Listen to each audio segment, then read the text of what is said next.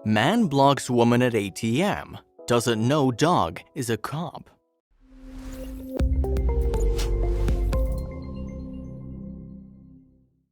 The sick feeling exploded up her throat, and the rush of adrenaline commanded her to run away. It was like living one of her worst nightmares, and this mysterious dark figure was the central villain. He was far too close, and his quick pace and direction matched hers. This was bad. There was only one thing to do. Sandra hated her neighborhood, but it was the only place she could afford on her meager waitress salary. There were two things that made her feel even remotely safe at home: the long line of sturdy locks down her reinforced steel door and her German Shepherd Bear. He was her massive, fluffy savior. Bear was a retired cop canine she'd managed to adopt through a friend's connections. He might have been enjoying the restful years of his later life, but he was still sharp, loyal, and dangerous in the right situations. And tonight was going to be one of those unpleasant situations. Sandra felt the familiar pangs of cold fear and paranoia as she walked to the only safe ATM in her area. The greasy landlord wasn't going to let things slide another day. She had no choice but to take Bear and try to avoid the darker spots that were notorious for crime. The first unsettling hurdle appeared around the corner. A group of guys perched on a doorstep drinking and commenting loudly on the even louder music that was keeping the entire block awake.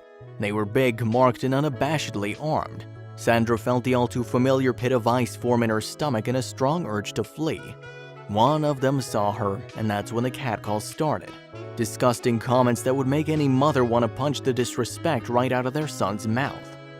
Flashes of past disturbing news stories appeared in her mind. It made her sick to just think about it. She picked up her pace and tried to leave them behind. 2 blocks later, she wanted to breathe out a fresh sigh of relief, but out of the corner of her eye, she saw something. It started as a shadow, but as it came into the flickering streetlights, she saw it as a man. She gripped Bear's leash tightly. He was already vigilant. Had one of the gang guys followed her? Sandra fought back the bile welling up her throat and walked as fast as her legs would carry her toward the corner gas station and ATM. By the time she stood in front of the keypad, it was clear the man was indeed shadowing her. Panic set in, and there was only one thing left to do. The tall, scruffy man came close, hovering near the gas station door and far too close for comfort. She could smell his pungent cologne and waft of cigarettes from his leather jacket. Everything that happened next happened from terror and pure reflex. She turned, eyes hard, and uttered one life-saving word: protect. Bear's training already had him on guard, but he instantly switched to attack mode. He squared himself to the tall man, lowered his head, and let out a long, deep growl and imposing bark. The man looked up from his phone and jumped back in surprise. Sandra could see him clearly now. He was older, much older than the drinking guys, and he had the appearance of a weathered biker. He looked between a terrified Sandra and the intimidating police dog that was ready to go for the throat at any moment. He took a few more steps back and raised his hands in submission. "Sorry, little lady, didn't mean to startle you." He waved his phone, just distracted. It wasn't enough to let her take Bear off alert, but a fraction of the fear melted away. "You shouldn't follow a girl like that," she snapped. He nodded his head and said something surprising.